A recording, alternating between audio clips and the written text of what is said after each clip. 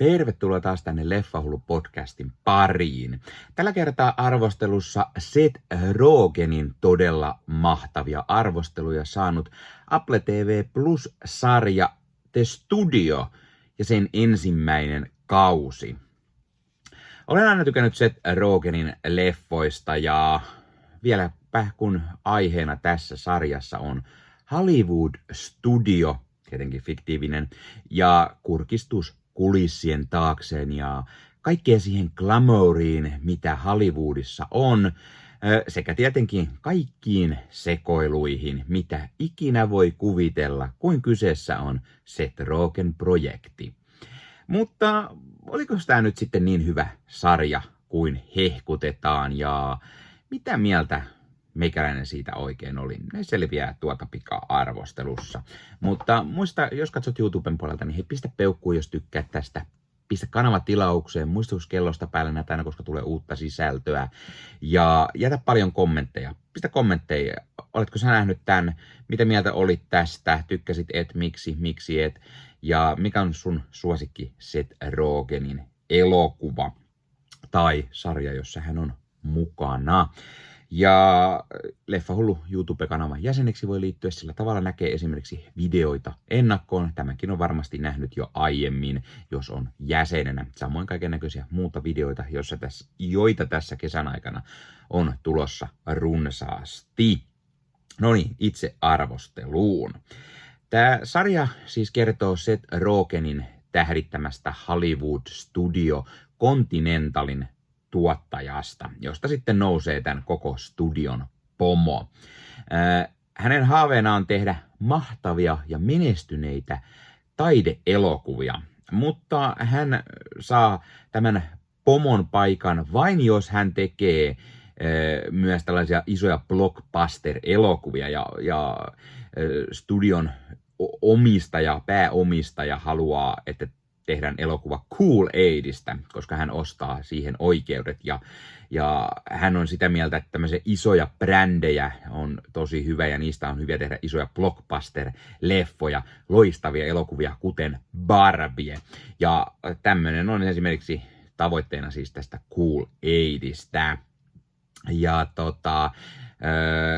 tämä juonena on pisin tätä kautta jatkuva, että tehdään tästä Cool Aidista sitten leffaa ja mitä kaikkea muuta onnistuu tai epäonnistuu siinä. Puhutaan hetken päästä hieman enemmän spoilereita myös tähän arvosteluun, mutta käydään hiukan silti ennen spoilereita läpi myös muuta. Eli tosiaan tämä on Seth Rogenin tähdittämä sarja, mutta hän on myös ollut kirjoittamassa tätä, ohjaamassa tätä. Hän on tietenkin myös tuottanut tämän, eli tämä on kunnolla Seth Rogen-sarja. Ja tämä on oikeasti todella mahtava sarja. Siis tämä pureutuu todella hauskasti Hollywoodin kaiken näköisiin kliseisiin ja mitä kaikkia ikinä siellä tapahtuukaan. Siis niin kuin tämä lähtee heti toimimaan alusta asti ja tämä on niin kuin todella mahtava ja niin kuin naurattaa todella usein. Ekas jaksossa me nähdään myös siitä, että miten valtava tähtikaarti tällä sarjalla on. On tosi paljon isoja nimiä, jotka näyttelee niin kuin tässä jotain hahmoja, mutta myös valtava määrä isoja nimiä cameoina esittämässä vaikka itseään. Päänäyttelijät on siis Seth Rogen ja hänen lisäkseen Catherine O'Hara, joka näyttelee tämän studion niin kuin entistä pomoa, josta sitten on tullut myös elokuvatuottaja. Ike Barinholtz ja Chase Sui Wonders, jotka näyttelee myös tällaisia tuottajia, jotka on monessa leffaprojektissa mukana. Ja sitten aina loistava Catherine Hahn, joka on tämän studion markkinointipomo ja onnistuu taas kerran tekemään todella hyvän roolisuorituksen. Myös tosi muut näistä. Mä tykkään tästä Ike Barinholtzin ja Chase Sui Wondersin kemiasta. Niillä on keskenään pientä kinaa välillä täällä ja miten sitten tämä Barinholtzin ja Rogenin hahmo toimii keskenään tosi mukana. Tämä on siis sarjan se niinku pääporukka. Lisäksi Bryan Cranston nähdään useammassa jaksossa ja hän on tämän studion se omistaja, joka on hieman eksentrinen hahmo ja onnistuu todella mahtavasti. Ja Bryan Cranston pääsee näyttämään todella hienosti tässä sitä hänen mahtavaa komediakykyään ja on siis niin mahtava Rogenin lisäksi just. Sitten tässä on todella paljon isoja cameoita, mistä nyt mainitaan esimerkiksi Martin Scorsese, Steve Buscemi, Charlize Theron, Nick Stolleri, Zoe Kravitsia, Adam Scotti, Zack Snyderi, Ice Cube, Dave Franco, Peter Perky, Zac Efroni, Ron Howard ja Olivia Wilde, Anthony Mackie, Paul Dano ja lista jatkuu. Osa on isommassa, tämmöisessä koko jakson mittaisessa tai useammankin jakson mittaisessa roolissa, kun osa taas vaan vilahtaa hetkellisesti. Mä tykkään tosi paljon siitä, että tää on tämmönen niinku Hollywoodin keskittyvä sarja ja sen kulisseihin. Mä tykkään tosi paljon sellaisista sarjoista. Esimerkiksi Entourage tai The Offer, joka eräällä tavalla myös on paljolti Hollywoodin kulisseihin keskittyvä sarja. Ja sitten tosiaan nämä kaikki cameot, mitä tässä on, esimerkiksi Martin Scorsese, joka tulee loistavalla elokuva-idealla sinne studioon, tai miten Seth Rogenin hahmon Mattin pitää antaa palautetta Ron Howardille, koska hänen tekemä leffansa on aivan liian pitkä, tai kun koko leffan kästi on niin kuin sellainen, että siinä on Ice Cube on roolissa, voiko hän olla tämmöisessä roolissa vai ajatteleeko kaikki vaan, että se on niin kuin liian tummaihoinen ja pitääkö heidän sitten kuitenkin kästätä koko kästittäjien tummaihoisia ja siis aivan hermotonta kamaa kyllä ja tämä ottaa hienosti myös kantaa kaikennäköisiin Hollywoodin kliseisiin ja muuten. Puhutaan sitten ihan pikkusen myös näistä jaksoista, ei nyt ihan hirveästi spoilata, mutta sellainen, että puhutaan pikkusen, käydään läpi näitä. Eli ensimmäisessä jaksossa tämä Rogenin näyttelemä Matt Remick saa siis ylennyksen ja hänestä tulee tämän Continental Studion pomo. Ja sitten hänen pitäisi tehdä tämä jättimäinen kesäblockbuster-leffa Cool Aidista. Samalla hän haaveilee Martin Scorsesen saamisesta ohjaajaksi, koska Scorsesella nyt on elokuvakäsikirjoitus, mihin periaatteessa voisi liittyä hyvin vahvasti Cool Aid, mutta kuinka siinä sitten käykään? Tämä on tosi hauskaa ja hyvin otettu huomioon. Kakkosjaksossa on tämmöinen koko jakson kestävä leffakuvaukset, mistä Matt aiheuttaa ongelmia omilla toilailuillaan. Ja tämä on tosi hauskasti tehty ja Rogen vetää oikeasti todella mahtavasti. On myös tosi hienoa, miten niinku monen leffan tämän sarjan aikana viitataan. Tässä puhutaan todella paljon leffoista. Nämä on sellaisia elokuvatuotteita, jotka on nähnyt kaiken näköisiä legendaarisia leffoja. Niistä paljon puhutaan, viitataan, heitellään läppää ja niin poispäin. Kolmas jaksossa sitten tämän Mattin eli Rogenin hahmon pitää antaa palautetta legendaariselle Ron Howardille. Tämä uusi leffa vaan on liian pitkä. Tämä Matt vaan ei uskalla tehdä sitä, koska kyseessä on legendaarinen ohjaaja Ron Howard, mutta varsinkin koska hän on itse harjoitteluaikana joskus nuorempana antanut tyhmää palautetta Ron Howardille, josta Ron sitten raivostui, pilkkasi kaikkien kuullen ja tämä aiheuttaa hauskaa ristiriitaa tähän jaksoon. Nelosjaksossa nähdään Olivia Wilde, joka ohjaa Continentalilla tällaista leffaa.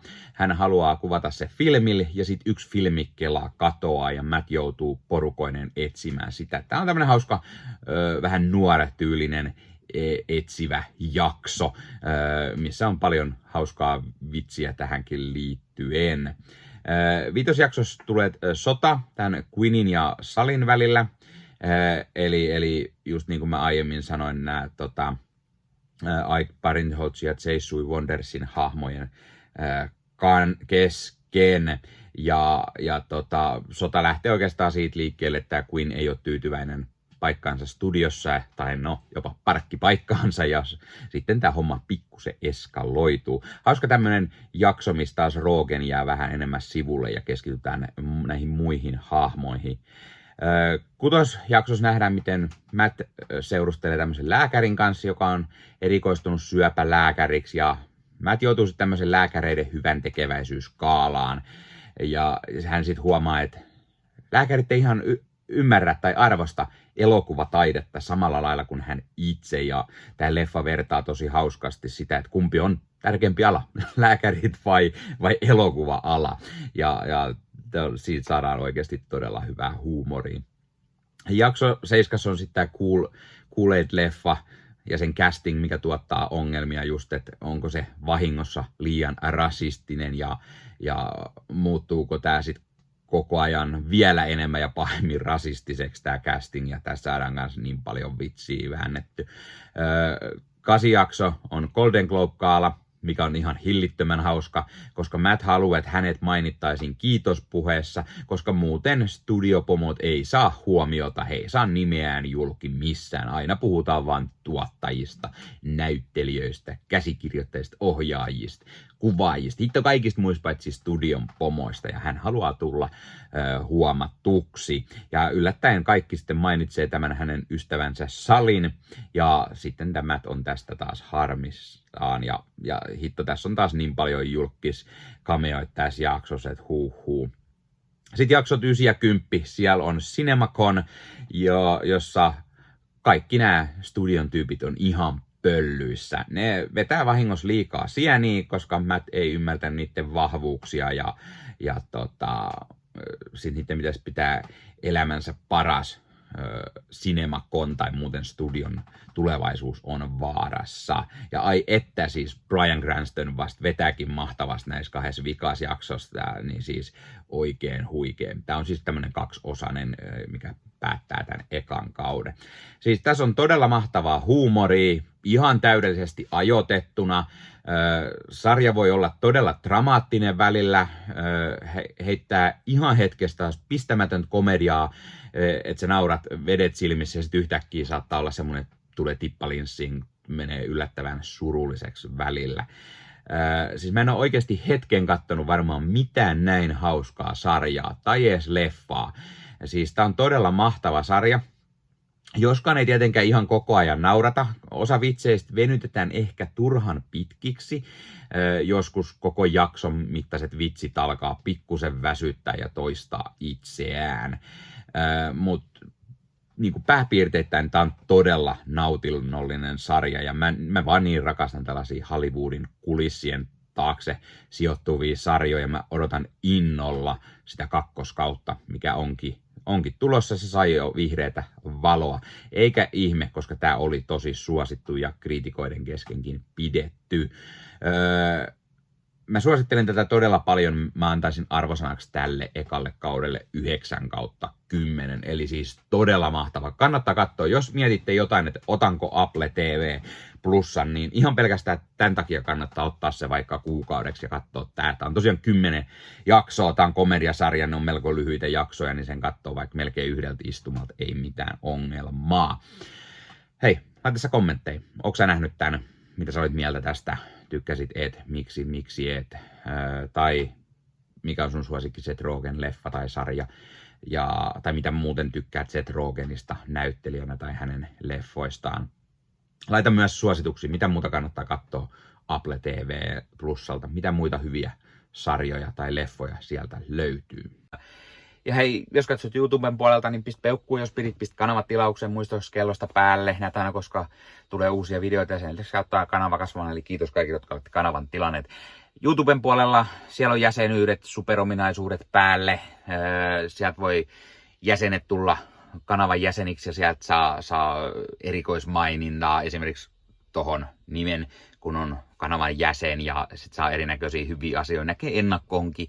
Esimerkiksi tämänkin on nähnyt varmasti jo aikaisemmin, jos on kanavan jäsen, tämän videon sieltä, ja muita videoita tulee. Esimerkiksi täällä on paljon täällä leffahuoneessa kaiken näköistä mistä on tulossa lähiaikoina varmasti video, niin niitäkin näkee sitten ennakkoon, kun on kanavan jäsen. Joskus tulee jopa pelkästään jäsenille tarkoitettuja videoita. Ja sen lisäksi on kaikki korostettuja vastauksia ja tilaaja tämmöisiä merkkejä ja muuta kaikki. Kyllä te tiedätte YouTube-juttut. 0,99 € kuusi tai 2,99 € kuusi, niillä saa erinäköisiä asioita, kun tilailee tai on kanavan jäsen. Niitä supertykkäyksiä, superkommentteja, kaikkea voi laittaa, niin siitä tulee muutamat kymmenet sentit sitten tähänkin suuntaan. Eli kiitos kaikille, jotka olette niitä laittaneet. Ottakaa Leffahullu somekanavat haltuun, Instagrami, TikTokki, Facebook-sivusto, jäne. Meikäläinen tekee Marvel Podcast Suomea, Star Wars Podcastia ja sitten sen lisäksi meikäläinen kuuluu Leffamediaan, jos on yli 30 sisääntuottajia, jotka rakastavat leffoja ja sarjojen katsomista, niiden arvostelemista ja kaikkeen leffoja ja sarjoihin liittyvää. Sieltä löytyy leffa- ja sarja-aiheiset uutiset, huhut, trailerit, sieltä löytyy haastatteluja, kaikennäköistä leffa- ja sarja-aiheesta. No niin, tämä oli Leffahullu podcast tällä kertaa. Ei muuta, ensi kertaa. Se on moro.